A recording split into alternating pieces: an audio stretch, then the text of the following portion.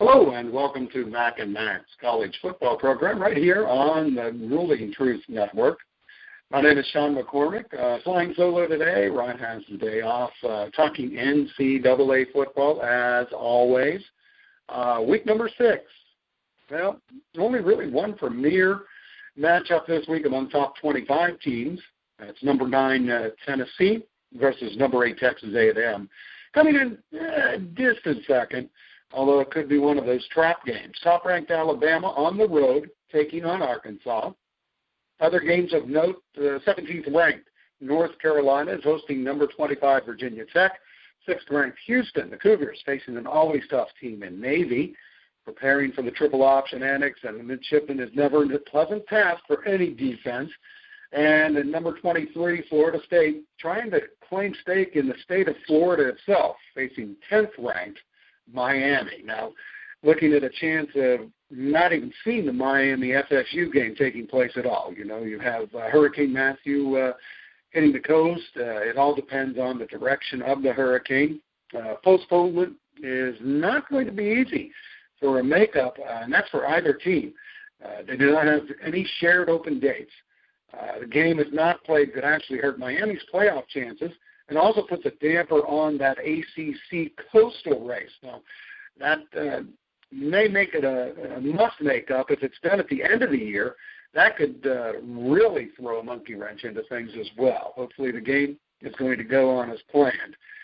This is as good as any place to start. Now, you do have a surprising 10th-ranked Hurricanes team taking on that surprising, but for other reasons, obviously, Florida State. That bunch of Seminoles, nobody thought, you know, going in from the preseason number 4 ranking, and now all the way out to number 23. Granted, the Noles face an even more surprising juggernaut than Miami and Louisville a few weeks ago, so it's going to be interesting to see. Now, when you talk about Miami, the Hurricanes, you got to talk about Mark Richt. Some thought it was not a good move. He coming from Georgia. He's proving doubters wrong. So much for this one. Is it a recruiting battle win for both? I think that's going to be a big deciding factor. Of course, there are so many talented athletes in the state of Florida.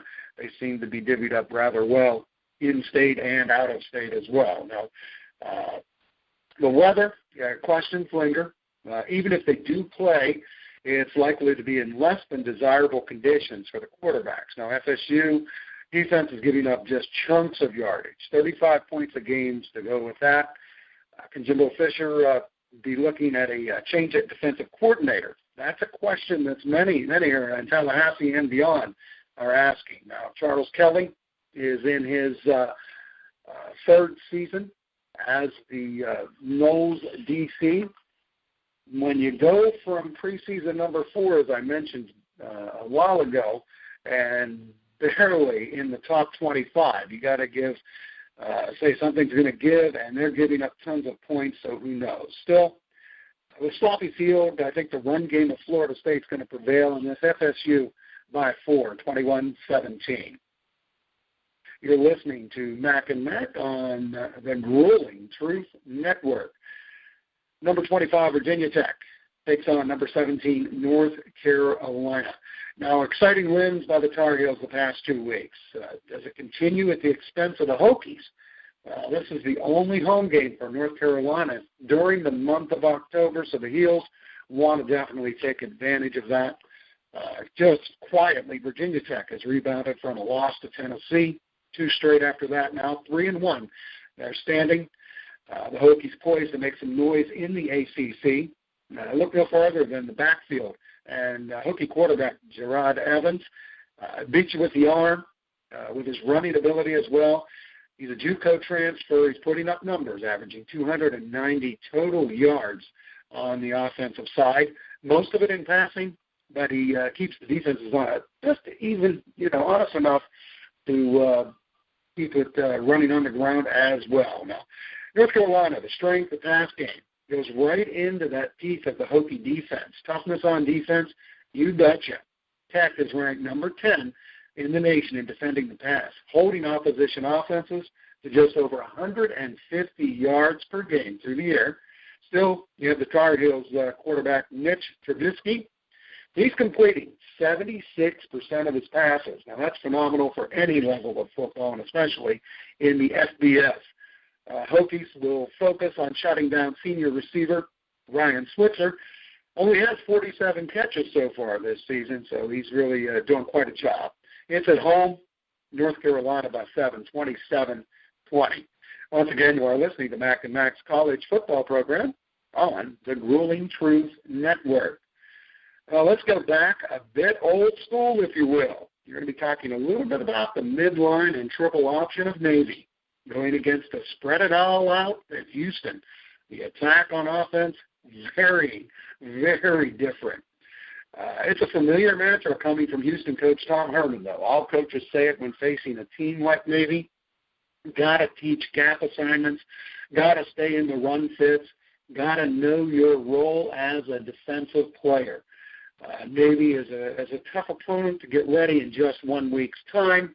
Now, I know FBS programs, they do work a little bit during the off season on each of their opponents coming up, but still, it just isn't the same in practice until you see the speed of that triple option, the speed of the midline, and just the execution by the Navy midshipmen. Now, Houston's D, the good thing, Cougars keeping offenses to an average of just 42 yards per game. So will the Cougars be able to contain that Navy option? And how about the 12-game win streak at Annapolis? Yeah, Navy has a lot going for here. They're 3-1. Looks to be a good game. I still think the Cougars just start running it up in the second half. Let's go 34-23, Houston.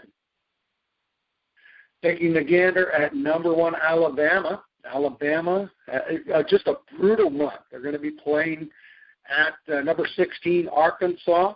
After that, the Crimson Tide have games going to visit Tennessee, home versus Texas A&M. They do have a bye week, and then at LSU. I know LSU's in a state of turmoil right now a little bit. There's a coaching change, but still, that is a rough month ahead for the Crimson Tide. It even has to be a bit of a concern for head coach Nick Saban. The big offensive line is also a concern of Saban. He said so. It says Arkansas could give the Bama defense all they want. 12 TD passes and nearly 68% completion percentage. That's what Razorbacks quarterback Austin Allen has done so far. Stopping that, maybe defensive end Jonathan Allen. Now, the Alabama defense has recorded 17 sacks so far this season. Allen has 4 of them. Can Arkansas's D stop the potent Alabama offense? I really don't think so. I think the number 1 Tide roll on 38-17. And you are listening to Mac&Mac College football program right here on the Grueling Truth Network.